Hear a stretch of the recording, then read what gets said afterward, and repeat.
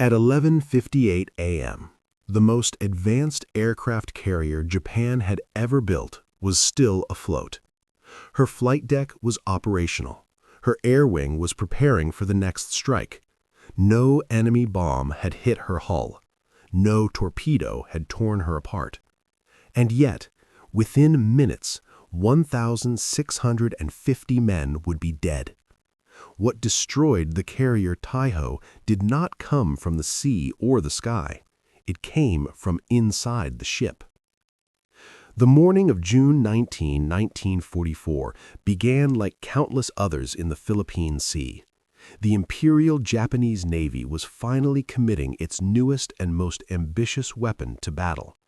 The aircraft carrier Taihō was meant to be the answer to every lesson Japan had learned the hard way.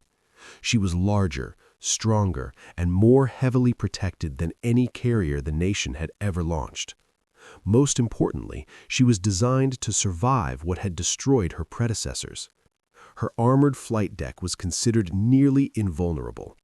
Her internal systems were modern, reinforced, and sealed. To the men aboard her, Taihō represented not just a ship, but a turning point. Proof that Japan could still match and perhaps surpass the industrial power of the United States. She was the pride of the fleet. Shortly after dawn, Taihō moved with the main carrier force, launching aircraft toward American task groups. The deck crews worked efficiently, practiced motions carried out under the hot Pacific sun. Engines roared, signals were exchanged. Everything appeared routine. Below deck, fuel lines ran full. Aviation gasoline, volatile, invisible, lethal, was being pumped and stored as aircraft were prepared for repeated sorties. This was the lifeblood of carrier warfare, and also its greatest vulnerability. At approximately 11:10 a.m., an American submarine lurking beneath the waves found its opportunity. USS Albacore fired a spread of torpedoes toward Taihō. Lookouts spotted the wakes. The carrier attempted evasive maneuvers. One torpedo missed. Another struck the starboard side near the bow. The impact was not catastrophic. The armored hull held. There was no massive breach, no immediate flooding, no visible fire. Compared to other carrier hits in the war, it appeared almost minor. Damage control teams moved quickly, sealing compartments and assessing the situation. Reports to the bridge suggested the ship remained fully operational. But something far more dangerous than structural damage had already begun. The torpedo had ruptured aviation fuel tanks and pipelines inside the ship. Gasoline began to leak into lower compartments, slowly evaporating into invisible vapor. This vapor did not burn immediately. It did something worse. It spread. Inside Taihō, the ship's ventilation system continued running. Its purpose was to keep air circulating, to protect the crew from heat and fumes. But now it was unknowingly distributing gasoline vapor throughout the interior spaces of the carrier. Officers faced a decision. The smell of fuel was noticeable in some compartments, but there was no fire. Shutting down ventilation risked suffocating engine rooms and flight operations. Keeping it running risked spreading fumes, but the danger was poorly understood. They chose to keep it running. As minutes passed, the air inside the ship grew heavier. Gasoline vapor accumulated in enclosed spaces, hangar decks, maintenance corridors, and living quarters. Still, there was no explosion, no alarm signaling imminent disaster. Above deck, operations continued. Aircraft landed and were moved below. Fueling procedures resumed. The carrier's crew trusted the ship. They trusted the armor. They trusted the belief that Taihō was built to survive. At 11:58 a.m., an order was given to ventilate the hangar deck more aggressively, attempting to clear the fuel odor. Fans increased airflow, doors were opened, electrical systems remained active. Somewhere deep inside the carrier, a spark occurred. It may have come from an elevator motor, or a generator, or a piece of equipment never designed to operate in fuel-saturated air. The exact source would never be definitively identified. What is known is this: the gasoline vapor ignited. The explosion did not rip the ship apart instantly. Instead, it traveled through the hangar deck like a shockwave trapped inside steel walls. Pressure built faster than the structure could release it. Bulkheads collapsed. Flames raced through the blast path, igniting more fuel, more vapor, more confined spaces. Men near the hangar deck were killed instantly. Others were thrown against steel walls, burned, crushed, or buried under collapsing structures. Fire raced through compartments faster than damage control teams could respond. On the bridge, officers felt the ship shudder violently. Within moments, secondary explosions erupted. The armored flight deck, designed to resist bombs from above, trapped pressure from below. Smoke poured upward through elevators and access shafts. The carrier lost power. Communications failed. Panic spread, not because of enemy attack, but because the ship itself had turned hostile. Efforts to fight the fire collapsed as heat and smoke overwhelmed interior spaces. Crews attempting to reach fuel lines were driven back by flames. Others never made it out at all. Despite her size, despite her armor, Taihō was dying from within. Less than half an hour after the initial explosion, the carrier began to list. Flooding increased as structural integrity failed. Fires burned uncontrolled. The ship that had been designed to withstand bombs could not survive vapor and ignition. At approximately 4:28 p.m., Taihō capsized and sank. Of the roughly 2,600 men aboard, 1,650 were killed. Most never saw an enemy aircraft. Most never reached the deck. Many died without understanding what had happened. The flagship of Japan's carrier force vanished beneath the sea, not because she was overpowered, but because she was misunderstood. And the disaster forced a reckoning the Imperial Navy could no longer avoid. The sinking of Taihō was not just a loss of a ship, it was a psychological blow to the Japanese Navy. The men who survived the initial explosions were left in lifeboats or clinging to floating debris, their minds struggling to process what had just occurred. They had trained for battle, for torpedoes, for air raids, for the sudden violence of war, but nothing could prepare them for the invisible threat that had erupted inside the ship, consuming so many comrades in a fraction of an hour. Rescue efforts were complicated by chaos and fear. Nearby vessels from the carrier group attempted to retrieve survivors, but the Pacific in June is unforgiving. Swells tossed lifeboats, and the panic of hundreds of men, many injured or burned, made coordination almost impossible. Some men sank with the ship, others were pulled from the water only to discover that rescue in war often comes at a heavy cost. In the confusion, some were left behind, drifting for hours, waiting for the possibility of life that might never arrive. Investigators and naval engineers would later examine the wreckage, diving to document the wreck of Taihō. They discovered evidence of the catastrophic chain reaction. Fuel lines ruptured, ventilation systems had spread vapor, and electrical equipment had sparked in the worst possible location. The ship's internal design, which had been considered state-of-the-art, had unintentionally created a trap. A closed system where the very mechanisms intended to protect the crew accelerated the disaster. The lessons of Taihō were immediate and terrifying. Engineers across the Imperial Navy studied the implications of fuel storage, ventilation, and compartmentalization. Plans for future carriers had to be rewritten. Officers understood that even a technologically superior vessel could be defeated not by enemy attack, but by the failure to fully comprehend internal dangers. Meanwhile, survivors were questioned. Men recounted the panic, the screams, and the confusion. Many spoke of acts of courage that would never appear in official reports. Sailors had risked their lives to save friends from burning compartments. Officers had guided men to safety through smoke-filled corridors. And yet no act of bravery could undo the sheer scale of the loss. Taihō had been a floating city. Now it was a grave beneath the waves. In the broader context of the war, the loss of Taihō disrupted Japan's carrier task force just as it was preparing to engage the United States in the Battle of the Philippine Sea. Aircraft that had been assigned to Taihō were scattered to other carriers, reducing operational efficiency. Pilots who trained for months found themselves without a proper flight deck, forced to adjust in the middle of an ongoing naval campaign. Every delay, every miscalculation mattered. In war, these were not abstract consequences, they were fatal. Historians later reflected on the human cost. Over 1,600 men died in an incident that many outside the Japanese Navy would never hear about.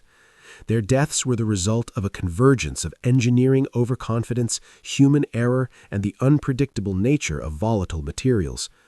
Unlike conventional naval battles, there was no dramatic gunfire, no cinematic dogfight, just fire, vapor, and metal collapsing under pressure.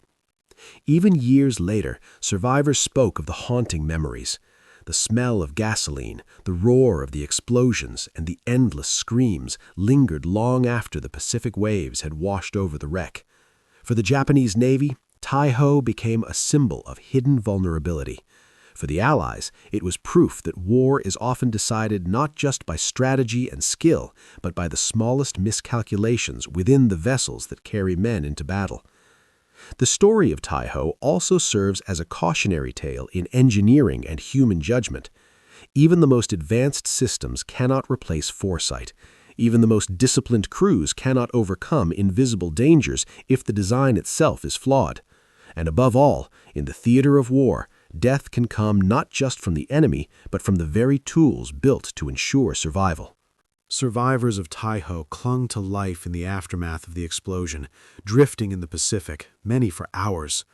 Exhaustion and shock had begun to set in, but the ocean offered no comfort. Some had suffered burns, others were wounded by collapsing metal or shrapnel.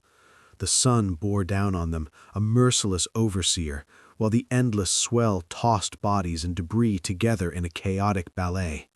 Every man waited, hoping for rescue, but the vastness of the sea made time stretch in agonizing increments. Rescue vessels approached slowly. Sailors aboard the other carriers and destroyers searched for survivors, lowering nets and lifeboats into the water. Communication was fragmented. Some boats had been lost in the confusion, leaving men isolated. Those who were pulled aboard, trembling, dripping with seawater, were immediately attended to by medical teams. Burns were wrapped, hypothermia combated, and shock treated with a care that was remarkable considering the intensity of the ongoing campaign. The medical officers worked tirelessly, knowing that even a small delay could mean life or death. Back on the remaining carriers, the mood was somber. Officers gathered to assess the damage, both physical and operational.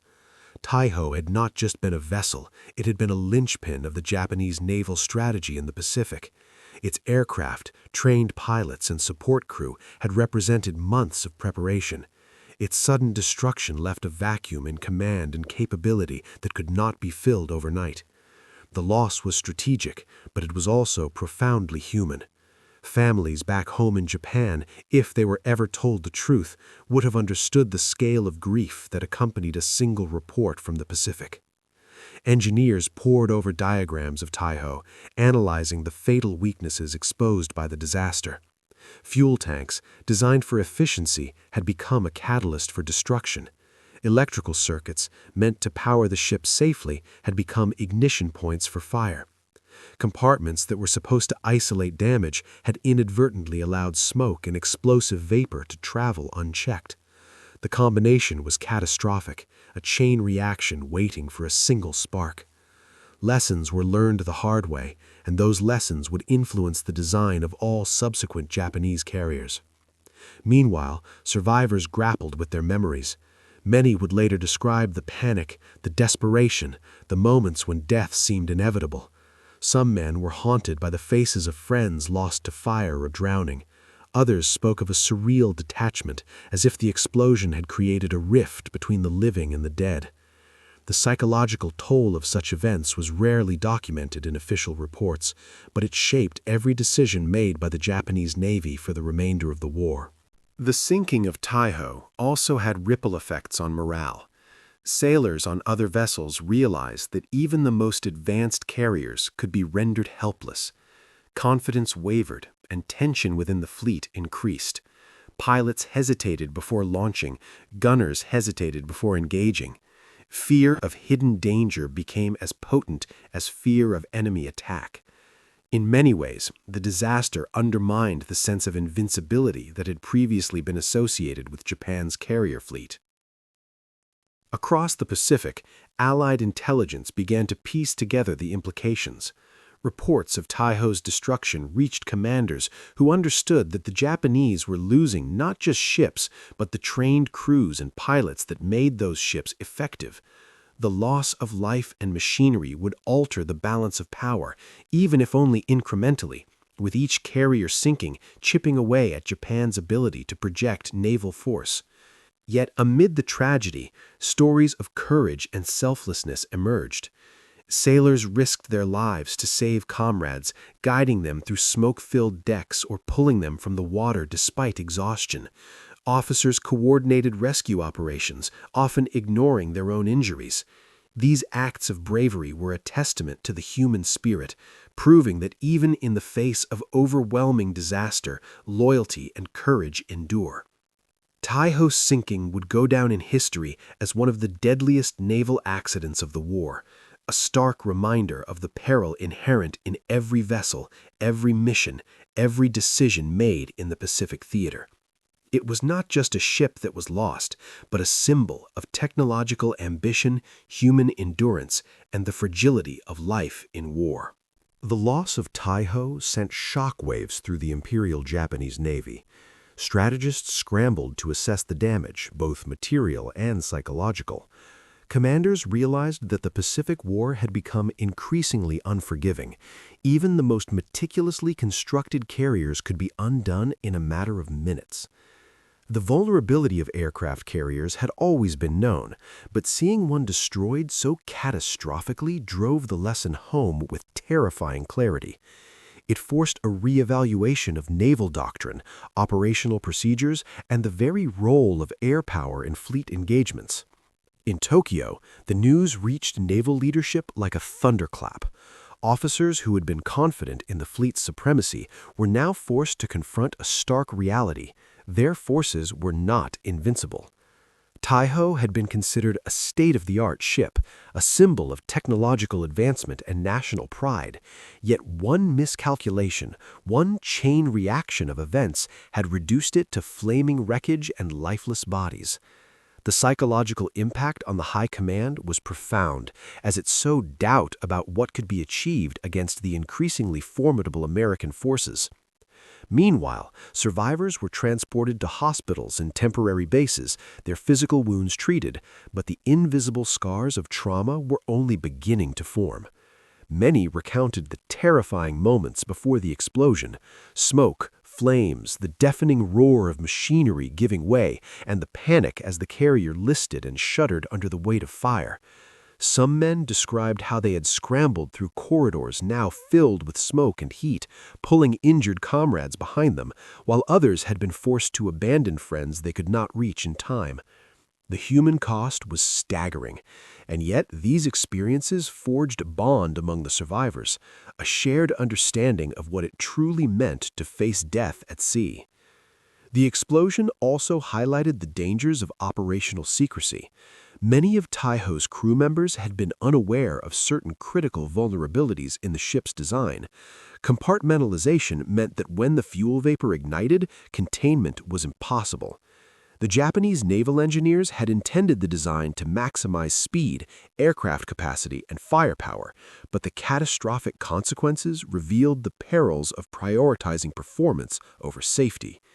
In post-war analysis, engineers would note that a series of minor oversights, a valve left open, a hatch improperly sealed, combined with miscommunication, had magnified a manageable hazard into an unstoppable disaster. News of the loss reached the surviving fleet in fragmented pieces. Rumors spread among sailors. Some believed the carrier was torpedoed by enemy forces, while others suspected internal sabotage or a catastrophic fire. The lack of clarity fueled anxiety, making the crews of other carriers hyper-vigilant. They reviewed firefighting procedures, emergency drills, and evacuation protocols with renewed intensity. Fear, more than the enemy, became a constant companion, a silent shadow shaping every maneuver and decision. The human stories continued to emerge in letters, diaries, and oral accounts. One pilot wrote of a fellow sailor who refused to abandon a trapped comrade, risking his own life repeatedly until he was finally pulled from the water. Another recounted how officers coordinated a makeshift muster point amidst smoke and fire, giving clear commands while chaos raged around them. Even amid the tragedy, moments of heroism persisted, a reminder that courage often manifests in the most harrowing circumstances. On the strategic front, Allied intelligence began to grasp the implications. Each carrier lost by Japan weakened its ability to project air power, limiting the fleet's reach and operational flexibility. The death toll, 1,650 men, was not merely a statistic. It represented pilots who would never fly again, gunners who would never man their stations, and engineers who would never maintain a vital system. The combined loss of skill and experience was irreplaceable, underscoring the long-term consequences that extended beyond the immediate disaster. Taihō's destruction also became a case study in naval risk management. Experts later noted that while firefighting measures existed, they were insufficient for the scale of the explosion. The spread of fuel vapor, combined with confined compartments and delayed detection, created a scenario that was nearly impossible to survive. These lessons influenced future carrier designs, emergency protocols, and training programs in navies around the world, highlighting that even technological marvels can fail under unforeseen circumstances. Yet beyond strategy and design, the most enduring impact of Taihō's sinking was on memory and narrative. Survivors carried the weight of the disaster for the rest of their lives. In Japan, families mourned, while naval historians cataloged the event as one of the deadliest in carrier history. The story of Taihō became a cautionary tale about hubris, the fragility of human constructs, and the unpredictable nature of war. It reminded all who heard it that even in carefully planned operations, chaos could erupt in the blink of an eye, reshaping the lives of thousands. The aftermath of Taihō's destruction reverberated far beyond the immediate battlefield. The Imperial Japanese Navy, already stretched thin across the Pacific, was forced to reconsider its approach to carrier warfare. Strategic planners realized that a single catastrophic loss could cripple operations for months, if not longer. Morale among sailors was deeply shaken. Every captain and officer now carried the memory of Taihō's explosion, aware that the next engagement could bring the same sudden devastation. Fear became a constant companion, shaping decisions in subtle but profound ways. In Tokyo, naval headquarters grappled with the implications. Fleet commanders who had once relied on Taihō's presence in critical operations now faced a void. The carrier had been central to planned defensives, and its loss forced a recalibration of tactics. The Japanese High Command debated whether to continue aggressive strikes or adopt a more defensive posture. Each option carried risk, and the shadow of the explosion loomed over every choice. Advisors urged caution, noting that the United States had learned valuable lessons from previous encounters. For Japanese leaders, the explosion was not just a tactical failure, it was a harsh reminder of the fragility of even their most advanced warships. Meanwhile, Allied forces monitored the Japanese fleet closely. Intelligence reports highlighted the loss of experienced pilots and crew members from Taihō, noting that the human cost was as significant as the material destruction. The loss diminished Japan's ability to project air power effectively, granting the Allies greater freedom in planning future operations. Each naval engagement thereafter carried the memory of Taihō, influencing the timing, formation, and execution of maneuvers. The disaster was studied in painstaking detail, both to exploit enemy weaknesses and to prepare for similar risks in their own fleet. Survivors of the sinking carried the weight of trauma for the rest of their lives. Many recounted the chaos, the smoke, the fire, and the desperate scramble to save comrades. Some described the harrowing choice between staying to help friends and escaping to survive. Psychological scars persisted, shaping how they perceived authority, risk, and duty. Stories passed down through families and memoirs ensured that the human dimension of Taihō's tragedy was not forgotten. Each account provided a window into courage, resilience, and the fragility of life at sea. Post-war, naval historians and engineers analyzed Taihō's design flaws, emergency protocols, and operational decisions. The incident influenced carrier construction worldwide, emphasizing better compartmentalization, improved firefighting systems, and more rigorous training.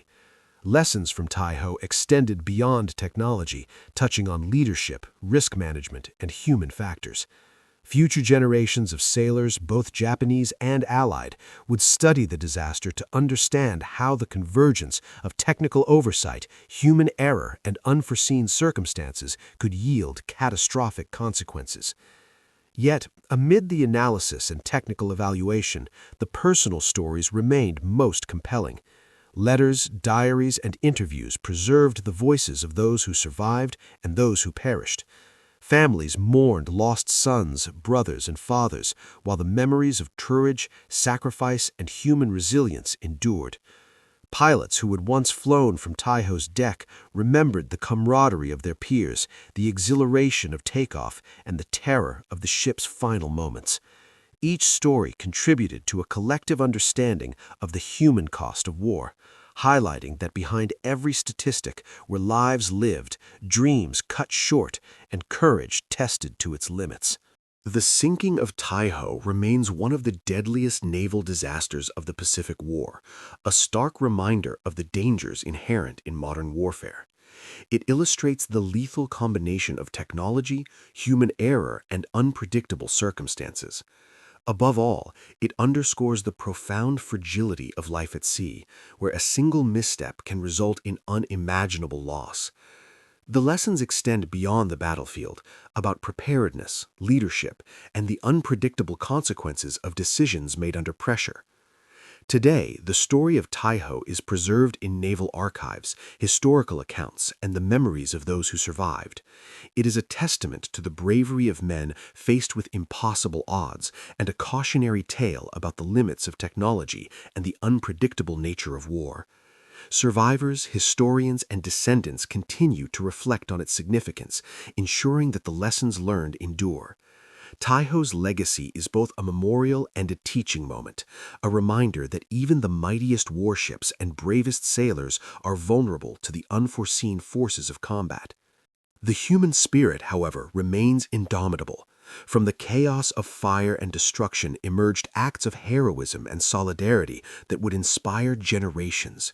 Men who had faced death together carried those bonds into post-war life, sharing stories that honored those who did not survive. Families rebuilt, navies learned, and history remembered. Taihō's explosion became more than a tragedy. It became a lesson in courage, preparedness, and the unpredictable nature of human endeavor. If you found this story compelling, make sure to subscribe for more deep dives into untold moments of naval history. Comment below which part of Taihō's story shocked you the most, and don't forget to check out the video on your screen for another unforgettable naval disaster. The past holds lessons for the future, and remembering these stories keeps the bravery and sacrifice alive.